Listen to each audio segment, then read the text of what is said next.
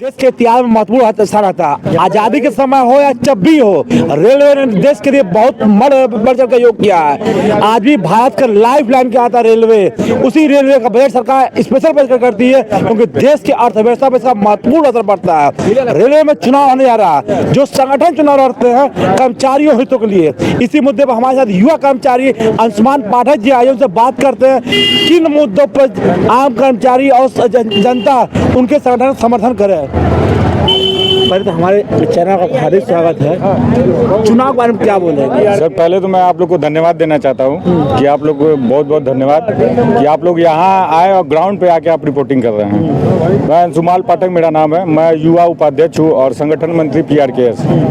मैं युवाओं से ये कहना चाहता हूं कि देखिए, नरमू जो है पिछले 10 साल से राज कर रही है। 10 साल कम नहीं होता है, 10 साल बहुत होता है। नरमू 10 साल से राज कर रही है, लेकिन उन्होंने बस खाली ये कहा है कि हम OPS दिलाएंगे, हम OPS दिलाएंगे, हम OPS दिलाएंगे, लेकिन आज तक उन्होंने OPS नहीं दिलाया। OPS की जगह पर उन्होंने एक शॉर्टकट रास्ता, जैसे अंडर हाईवे के ऊपर एक सर्विस रोड बना दी जाती है कि भाई जिसको हाईवे पे भीड़ लगे तो वो सर्विस रोड से चला जाए, तो उन्होंने एक सर्विस रोड बना दिया। वो OPS ना लाके UPS ले आए और कहने लगे कि UPS सही है, UPS सही है, UPS सही है। UPS नहीं सही है।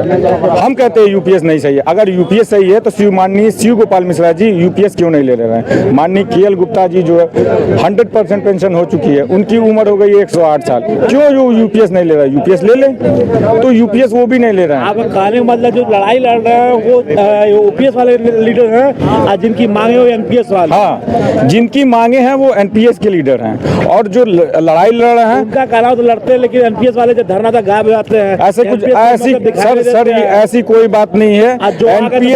NPS वाले कहीं गायब नहीं होते हैं, वो उनकी गलतफहमी है। वो किसी का साथी नहीं, वो किसी की बात ही नहीं सुनते हैं। वो किसी की बात सुने तब तो हमारा महामंत्री तो कहते हैं रेलवे भ्रष्टाचार खत्म हो गया, रेलवे समस्याएं खत्म है। सर ऐसा कुछ नहीं है। रेलवे में अभी भी भ्रष्टाचार है, अभी भी कुछ खत्म नहीं हुआ। वो उनके कहने, देखिए सर, 2x2 10x10 के रूम में बैठ के बातें करना बहुत बड़ी बात होती है। वो बातें तो मैं भी कह दूं कि मैं प्रधानमंत्री मोदी हूँ, लेकिन मैं मोदी तो हूँ नहीं। क्या रेलवे में भ्रष्टाचार खत्म हो गया? अभी नहीं, अभी भ्रष्टाचार पूर्ण रूप से कायम है। इतना जल्दी समाप्त भ्रष्टाचार खत्म हो गया, अधिकारियों को कहने या करने में जमीन आसमान का अंतर है।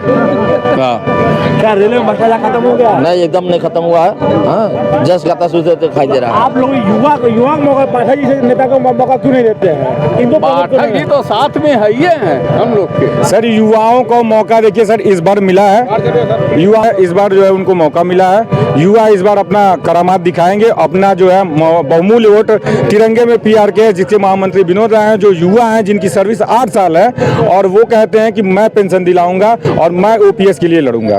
OPS मिलना चाहिए। धोखा खा चुकी, इसी से प्रताड़ित है। अब परिवर्तन करना चाह रही है जनता, और इसीलिए महामंत्री विनोद राय को भारी मतों से विजयी करना चाहती है वोट देकर। लोग कहते हैं कि जीतने वाले लोग बदल जाते हैं, तो क्या जीतने वाले बदल जाते हैं? परिवर्तन ही, जब तक परिवर्तन नहीं होगा नहीं मालूम। विनोद राय जीते थे तब भी काम करते थे, नहीं जीते थे तब भी काम करते थे। पहले कुछ और नेता बोले थे, कर्मचारियों ने नहीं बोला, उनको बोलने दिया, लेकिन पाठक आज बोले थे कि ये अभी चल रहा है चुनाव का मौसम, जैसे बरसात में मेघे ऊपर आ जाते हैं, इसी तरह बहुत सी पार्टी आ गई जिसकी कोई अस्तित्व नहीं है। बहुत है, छोटे छोटे पार्टी है। अब ना पाना हो तो समय आएगा, सबको मालूम ही चल जाएगा।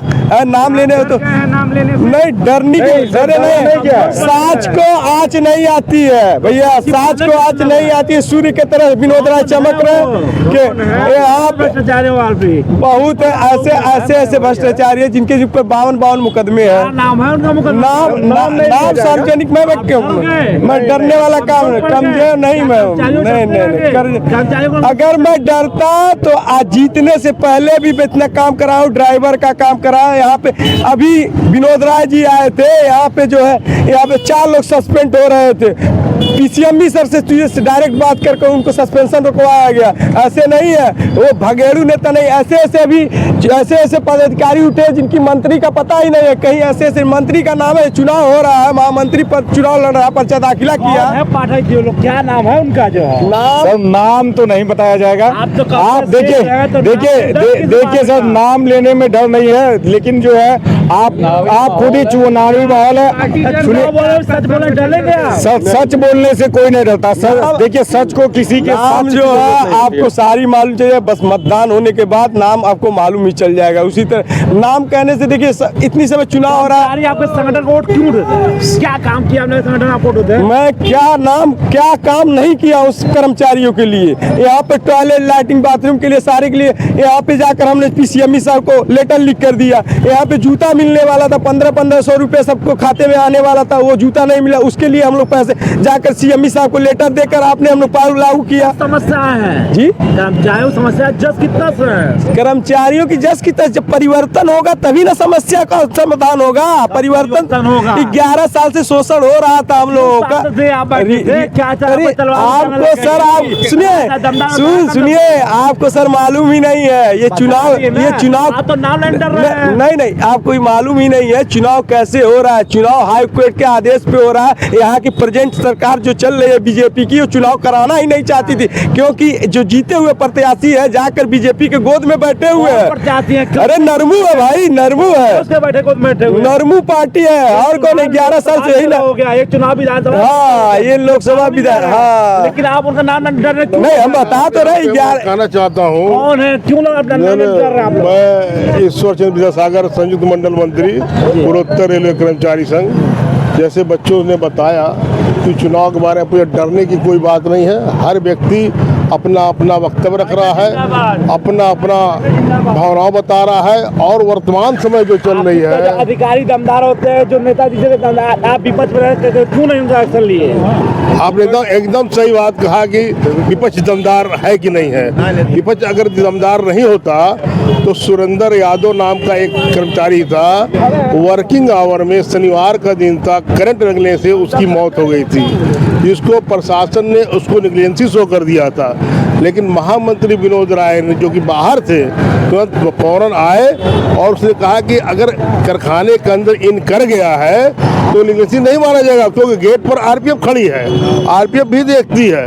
उसके बाद प्रशासन से कहा कि उसको 25 लाख रुपया एक्सग्रेशिया पेमेंट क्लियर करें। सूदखोरों का अड्डा बन गया है।